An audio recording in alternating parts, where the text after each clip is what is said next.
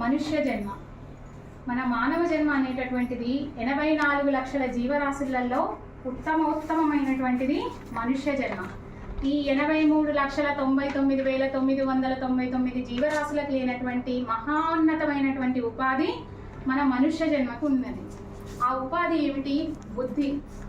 ఈ బుద్ధిని ఉపయోగించి మనం ఆ బుద్ధిని సక్రమమైన మార్గంలో ఉపయోగించుకొని ఊర్ధ్వలోకాలకి వెళ్ళగలుగుతాము, లేదంటే అధపాతాళానికి పడిపోగలుగుతాము. అందుకని అన్ని పశు జన్మల కన్నా, అన్ని జీవాత్మల కన్నా మన మానవ జన్మ అత్యుత్తమమైనటువంటి జన్మ. ఈ జన్మ దొరకటం మన అదృష్టంగానే చెప్పాలి. అంటే మొత్తం పుణ్యమే ఉందనుకోండి స్వర్గలోకంలో ఉంటాము, మొత్తమే పాపమే ఉందనుకోండి పాతాళ లోకంలో, మత్స్యలోకంలో ఉంటాము. పుణ్యము పాపము రెండూ ఉంటేనే మనుష్య లోకంలో మనిషిగా జన్మ తీసుకుంటాము. ఈ మనిషి జన్మ తీసుకున్నప్పటి నుంచి మనకి 3 రకాలైనటువంటి కర్మలు వెంటబడుతూ వస్తూనే ఉంటాయి. మనం వద్దన్నా ఆగవు. అవి సంచిత కర్మలు, ప్రారబ్ధ కర్మలు అండ్ స్వయంకృతాపరాధ కర్మలు. ఈ 3 కర్మలు అనేవి మనుష్య జన్మని వెంటాడుతూనే ఉంటాయి. ఇప్పుడు నేనున్నాను, నువ్వెవరమ్మా అని అడుగుతారు. నేను పలానా దీప్తిశ్రీనండి, పలానా వాళ్ళ అమ్మాయినండి, పలానా వాళ్ళ తల్లినండి అని చెప్పుకుంటాను. మరి ఈ దీప్తిశ్రీ అనే నేను ఈ శరీరంతో ఉన్నప్పుడు ఉన్నాను, ఈ శరీరం లేనప్పుడు నేను ఉన్నానా? చెప్పండి. ఉన్నాను. ఆత్మకి చావు లేదు. ఈ శరీరం లేనప్పుడు కూడా నేనున్నాను. కాకపోతే మనకేంటంటే కోట్ల కోట్ల కోట్ల జన్మల నుంచి తెచ్చుకున్నటువంటి అజ్ఞానం వల్ల మనము ఇదే నేను అనే భ్రమలో ఉన్నాము. ఈ అజ్ఞానాన్ని తొలగించుకోవాలి అంటే ప్రతి ఒక్కరికి కూడా ఒక గురువు యొక్క సహాయం కంపల్సరీగా కావాలి. సాక్షాత్తు ఆ విష్ణుమూర్తి కూడా జన్మ తీసుకున్నా ఆయన కూడా గురుముఖతానే విద్య నేర్చుకున్నారు. అంటే గురువు లేని విద్య గుడ్డి విద్య అంటారు. గురువు గారి మాట సింహనాదం అన్నమాట. ఇప్పుడు అందరం మాట్లాడుకుంటూ ఉంటాం, మనం ఏమంటారు? ఆపండ్రా కాకిగోల అంటారు. కాకులు మాట్లాడితే ఎవరన్నా ఉంటారండి? ఎవ్వరూ వినరు. అదే గురువు గారి మాట సింహ గర్జన. సింహం ఒక్కసారి గర్జిస్తే అక్కడ ఏమన్నా ఉంటుందా అసలు?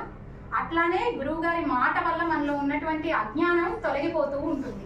అందుకని ప్రతి ఒక్కరూ కూడా గురు పాదాల విందాన్ని పట్టుకొని తరించాలి అని చెప్తూ ఉంటారు. ఈ గురువు శబ్దంలో గు అంటే అజ్ఞానం, రు అంటే తొలగించడం. ఈ అజ్ఞానం అనే చీకట్లను తొలగించడానికి మనకి ప్రతి ఒక్కరికి కూడా గురువు యొక్క అవసరం ఉంది. గురువుని గట్టిగా పట్టుకోవాలి. మన పూర్వజన్మ పుణ్యఫలం, మన తల్లిదండ్రులు చేసుకున్నటువంటి పుణ్యఫలం వల్ల శ్రీ రామదూత స్వామివారు అనేటువంటి గురువు గారు మనకి దొరికారు. ఆయన్ని గట్టిగా పట్టుకోండి, గుడ్డిగా నమ్మండి. గురువుని ఎంత గుడ్డిగా నమ్మాలి అంటే, ఈ గురు పరంపర అనేది ఈ రోజు వచ్చింది కాదండి. ప్రతి ఒక్కళ్ళు తరించాలంటే గురుముఖతానే తరించారు. మనకి ప్రార్థన శ్లోకంలో చెప్పుకున్నాం, సదాశివ సమారంభం శంకరాచార్య మధ్యమాం అస్మదాచార్య పర్యంతం వందే గురు పరంపరాం అని. సదాశివ సమారంభం, ఆరంభంలో సాక్షాత్తు పరమేశ్వరుడే శ్రీ దక్షిణామూర్తిగా కూర్చున్నారు జ్ఞానం ఇవ్వటానికి, అందరి అజ్ఞానాన్ని పారద్రోలటానికి. అస్మదాచార్య పర్యంతం వందే గురు పరంపర. మధ్యలో ఎవరొచ్చారు?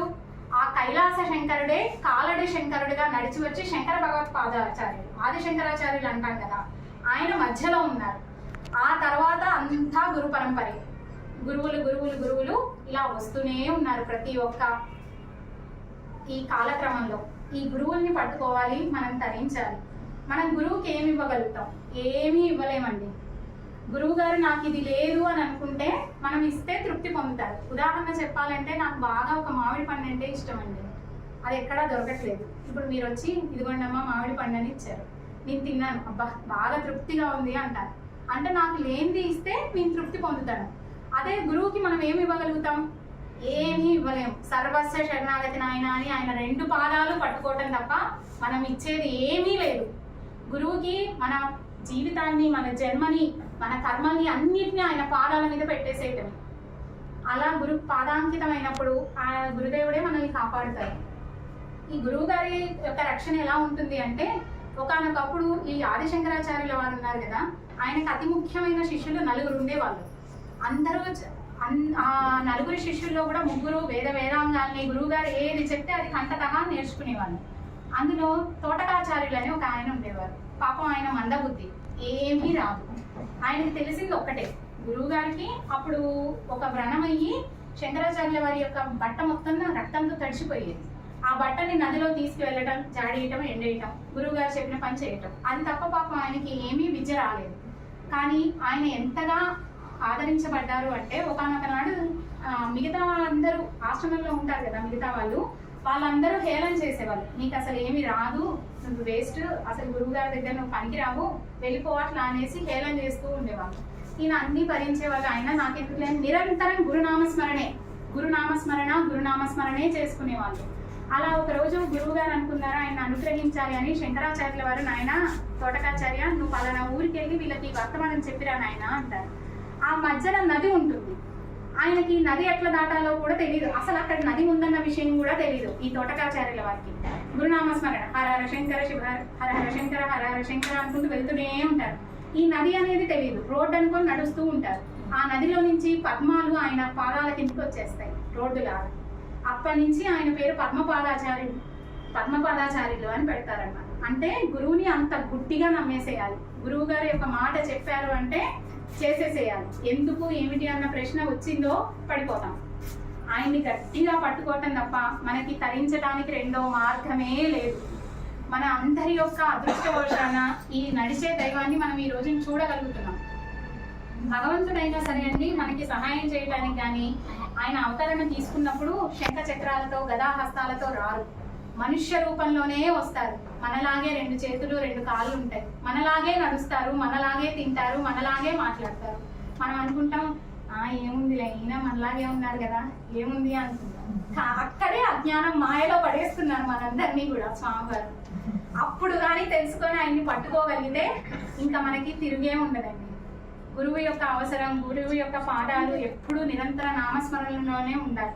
గురువు యొక్క సేవ అది ఎవ్వరికి దొరకదండి. కాయక కైంకర్యం అనేది మీరు కొన్ని కోట్ల డబ్బులు రాశిగా పోసినా కూడా మన శరీరంతో చేసే సేవ ముందుకి రాదు. మన అవధూతలు అనేటటువంటి వాళ్ళు విష్ణుమూర్తి యొక్క 10వ కళ అని మనందరం అనుకుంటూ ఉంటాం కదా. ఈ స్వామివారు, రామదూత స్వామివారు సాక్షాత్తు కలియుగ ప్రత్యక్ష దైవం అనేటటువంటిది ఒక అనుభవం నాకు జరిగిందండి. ఈ పోయిన సంవత్సరం సుబ్రహ్మణ్య షష్ఠి నేను రాలేకపోయాను. అంటే 3 నెలల ముందుగానే నాకు తిరుమల శ్రీవారి సేవ బుక్ అయింది. అయితే నేను ఎక్కడ పొరపడ్డాను అంటే పోయిన సంవత్సరం 28కో ఏమో వచ్చింది. ఈ సంవత్సరం అంతా అధిక మాసాలు అట్లున్నాయి కదా, ఖచ్చితంగా డిసెంబర్ 1వ వారం అనేది ఫిక్స్ అయిపోయా అజ్ఞానంతో. ఎవరిని కనుక్కోలేదు కూడా. అలా సుబ్రహ్మణ్య షష్ఠి మిస్ అయిపోయా. ఈ స్వామివారి ప్రోగ్రాము నాది తిరుమల సేవ బుక్ అయిపోయింది, స్వామివారి ప్రోగ్రామ్ ఉందని పాంప్లెట్స్ వచ్చాయి. ఇక నా బాధ కాదు, వామ్మో ఎట్లా అటు వదులుకోలేను ఇటు వదులుకోలేను, నాయన నువ్వే దిక్కు అని ధైర్యం చేసి సేవకే వెళ్ళానండి. ఫస్ట్ 4 రోజులు పద్మావతి అమ్మవారు కింద తిరుపతిలో సేవ, తర్వాత 3 రోజులు పైన తిరుమలలో సేవ. సరే పద్మావతి అమ్మవారి దగ్గర పడింది, చక్ర స్నానం అయ్యి చేసాం, బాగుంది నాయన. కానీ మనసంతా స్వామివారి దగ్గరే ఉండిపోయింది, నాకు తృప్తిగా చేసుకోలేకపోతున్నా. సరే నాయన ఇక ఏం చేస్తాము, నీ దయింతే అనుకుంటాను, కనీసం తిరుమలలో అన్నా గర్భగుడి సేవ వేయండి అని అత్యాశకు పోయాను. దండం పెట్టుకున్నా. పైకి వెళ్ళగానే 3 రోజులు లడ్డూ డ్యూటీ అని చెప్పేశారు. 3 రోజులు సాయంత్రం 6 నుంచి నైట్ 12 వరకు లడ్డూ కౌంటర్ దగ్గర అన్నారు. అయిపోయింది, ఉన్నదేముంది వదులుకొని వచ్చాను, నాకు కావాల్సిందే అని 1వ రోజు నీరసంగా చేస్తూనే ఉన్నాను. కానీ స్వామివారికి చెప్తూనే బుర్ర తింటూనే ఉన్నా ఒక పక్కన. అటు పోయి ఇటు వచ్చి పర్సులో చిన్న ఫోటో ఉంటుంది, నాయన నాకు గర్భగుడి డ్యూటీ అయ్యరా, నాయన నాకు గర్భగుడి డ్యూటీ అయ్యరా, ఇదే గోల స్వామివారికి. ఈ తీరా ఇంకా 12ంటికి స్లోమని రూమ్స్కి వెళ్తుంటే లక్కీ డిప్లో మా గ్రూప్ పేరు వచ్చింది. అక్కడ నోటీస్ బోర్డులో పెడతారు, ప్రతిరోజు నైట్ పెడతారు. ఇక అసలు ఆనందానికి హద్దే లేదు. స్వామి నువ్వు ఇట్లా అనుగ్రహించావా నాయన, రుణపడిపోయాను తండ్రి అనేసి దండం పెట్టుకున్నాము. నెక్స్ట్ డే 4 నుంచి సాయంత్రం 8 గంటల వరకు గర్భగుడి డ్యూటీ పడింది. వెళ్ళాము. గర్భగుడి డ్యూటీ ఎవరికి పడినా ముందు స్వామివారి వెంకటేశ్వర స్వామివారి దర్శనం ఇస్తారు, ఆ తర్వాతే మాకు డ్యూటీలు వేస్తారనమాట. అసలు మీరు నన్ను నమ్మండి, గర్భగుడి డ్యూటీ పడింది, స్వామివారికి దండం పెట్టుకుందామని వెళ్ళాము. సాక్షాత్తు మన రామదూత స్వామివారు తెల్ల బట్టలండి, తిరునామం ఇట్లా రెడ్ కలర్ బొట్టు పెట్టుకొని స్వామివారి విగ్రహంలో నుంచి పరిగెత్తుకుంటూ వస్తున్నారు నా వైపు. అసలు ఇంకా నేను అనుకున్నాను, నాయన నాకు ఇంకా ఎక్కడి సేవలు వద్దు, నీ సేవలోనే ధరించడం ఇవ్వండి, మీరు నిజంగా నన్ను నమ్మండి. ఇది నాకు వచ్చిన భ్రమ కాదు, భ్రాంతి కాదు, అదే ఊహలో ఉండటం వల్ల వచ్చింది అయితే అసలే కాదు. ఆయన నాకు మానుష రూపంగా కనిపించారు, స్వామివారి విగ్రహంలో నుంచి వచ్చారనమాట. ఇది సాక్షాత్తు స్వామివారు కలియుగ ప్రత్యక్ష దైవం అనేటటువంటి నిదర్శనం నాకు ఇచ్చారు. డాక్టరేట్ ఇన్ ఫార్మసీ చేశారు అంటే అది ఈక్వల్ టు డాక్టర్స్. ఒక సర్జరీ చేయడానికి వాళ్ళకి అవకాశం లేదు, ప్రిస్క్రిప్షన్ ఇవన్నీ రాయొచ్చు. కాలేజ్ టాపర్, జేఎస్ఎస్ యూనివర్సిటీ మైసూర్లో డిస్టింక్షన్ మార్క్స్తో గోల్డ్ మెడల్ వచ్చింది తనకి. కానీ ఏ ఉద్యోగము రాలా. 3 సంవత్సరాలు అయిపోయినాయి, చదువు అయిపోయింది. వాటితో చదివిన వాళ్ళందరూ బొటాబొటి మార్క్స్ పాస్ అయిన వాళ్ళందరికీ ఉద్యోగాలు వచ్చేసాయి. అసలు ఏంటి అత్యవసర మార్కులు అంటారు కదా, పక్కన వాళ్ళు చూసిన వాళ్ళందరికీ 40,000 50,000 స్టార్టింగ్. వీడేమో డిప్రెషన్లోకి వెళ్తున్నాడు. అటువంటి సమయంలో మాకు శ్రీ రామదూత స్వామివారి యొక్క అనుగ్రహం ఖమ్మం మునీశ్వర్లో ఆంజనేయులు గారి రూపంలో దొరికింది. జపం అండి 18 రోజులు చేశాడు అంతే. 18వ రోజున పూణే పెద్ద కంపెనీలో ఉద్యోగం వచ్చింది. ఈ రోజున ప్రపంచంలోనే 9వ పెద్ద కంపెనీ అయిన దాంట్లో అక్కడ ఉద్యోగం చేస్తున్నాడు. ఇదంతా స్వామివారు మాకు పెట్టినటువంటి భిక్ష. అంటే ఇది ఇస్తేనే స్వామివారా లేతే స్వామివారా అని అనుకోబాకండి. మాకు ఈ పనులు కాలేదు ఆ పనులు కాలేదు అని కూడా అనుకోవద్దు. మనము పూర్వజన్మ కర్మలు వెంటేసుకొని వచ్చాం. కోట్ల కోట్ల కోట్ల జన్మలు కర్మలు వెంట తీసుకొని వచ్చాం. అదంతా తరగాలిగా. అందుకే స్వామివారు ఏం చెప్తారు? దానం చేయండి, తపస్సు చేయండి, అహింసగా ఉండండి, శీలంతో ఉండండి, ఇలా చెప్తూ ఉంటారు. ప్రతి దానికి స్వామివారు చెప్పిన దానికి ప్రతి దానికి చాలా పెద్ద వివరణ ఉంటుందండి. అందరూ స్వామివారి మార్గంలో ఉండండి, స్వామివారి కృపకు పాత్రులు కండి, సత్సంగాలకి రండి, స్వామిని నమ్ముకోండి, స్వామి నామస్మరణ చేసుకోండి. వందే రామదూతం, వందే రామదూతం, వందే రామదూతం, వందే రామదూతం.